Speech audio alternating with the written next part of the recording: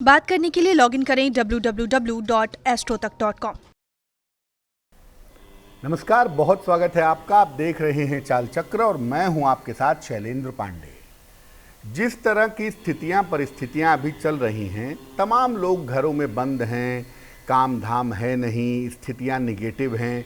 बहुत सारे लोग अवसाद के, डिप्रेशन के शिकार हो रहे हैं और बहुत सारे लोग ऐसे भी हैं कि जब स्थितियां सामान्य थी तब भी उन्हें किसी तरह का डिप्रेशन था।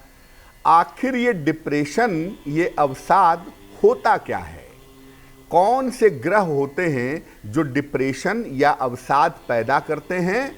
और अगर जीवन में डिप्रेशन है, अवसाद है, तो ज्योतिष के हिसाब से उसे दूर कैसे किया जाए?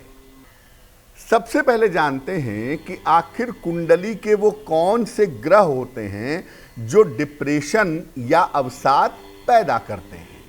देखिए, चंद्रमा जो है ना, ये मन का स्वामी है। चंद्रमा मनसो जायतः, मन का अधिपति है। और अवसाद कहाँ होता है? डिप्रेशन होता है आपके मन में। तो जब बात मन की होती है तो चंद्रमा को आप नेग्लेक्ट नहीं कर सकते। चंद्रमा की सबसे बड़ी भूमिका होती है डिप्रेशन में। बुध जो है ये बुद्धि का मालिक है और अवसाद को नियंत्रित करता है या बढ़ाता है। डिप्रेशन जो है वो मन से होता है, लेकिन बुद्धि से आप डिप्रेशन को कंट्रोल कर सकते हैं। इसलिए चंद्रमा वाला पार्ट अगर खराब भी हो गया और बुध वाला पार्ट अगर ठीक है तो आप बहुत हद तक अपने डिप्रेशन को, अवसाद को नियंत्रित कर पाएंगे। चंद्रमा कमजोर हो या दूषित हो तो अवसाद होता है।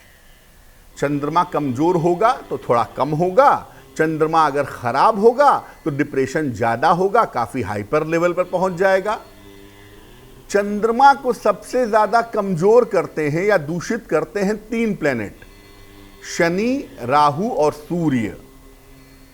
शनि का पार्ट हो चंद्रमा के ऊपर, राहु का पार्ट हो या सूर्य वाला पार्ट हो चंद्रमा के साथ, तो इससे चंद्रमा सबसे ज्यादा कमजोर और सबसे ज्यादा दूषित हो जाता है।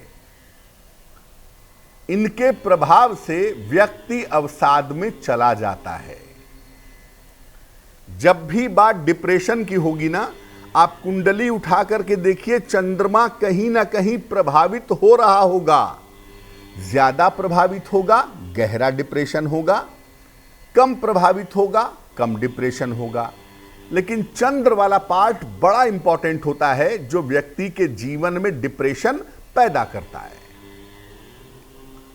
अब ये जानते हैं कि किन ग्रहों की स्थिति से व्यक्ति को डिप्रेशन हो जाता है। कौन से ऐसे ग्रह होते हैं जो व्यक्ति को डिप्रेशन में डाल देते हैं।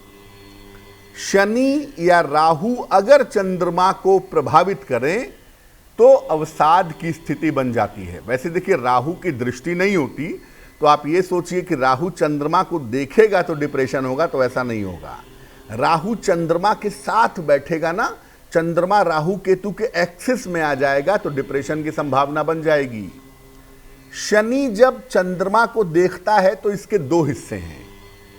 शनि चंद्रमा को देखेगा तो बड़ा डीप डिप्रेशन पैदा करता है। कभी कभी मन को इतना पीड़ित करता है ना कि व्यक्ति को लगता है कि दुनिया में सब भ्रम है, मुझे अध्यात्म की तरफ चलना चाहिए, मुझे दुनिया का सत्य जानना है। तो शनि वाला डिप्रेशन कभी कभी आदमी को स्पिरिचुअल बना देता है, ऐसा भी देखा गया है। ज्यादातर संत महात्माओं की या डीप मेडिटेशन करने वालों की कुंडली में शनि चंद्रमा का जो अध्यात्म वाला पार्ट है वो एक्टिव रहता हुआ देखा गया है। राहु वाला जो अवसाद है, राहु चंद्रमा वाला जो डिप्रेशन है, ये कल्पनात्मक समस्या पैदा करता है जिसका कोई अस्तित्व ही नहीं होता। ऑब्सेसिव कंपल्सिव डिसऑर्डर, ओसीडी जो नहीं है उसकी कल्पना करता है आदमी। क्योंकि राहु जो है ना, ये इमेजिनेशन का, कल्पना का प्लेनेट है। चंद्रमा अगर कुंडली में अस्त हो जाता है, यानी आपका जन्म अमावस्या के आसपास का होता है अगर, तो चंद्रमा ऐसी स्थिति में अस्त होगा।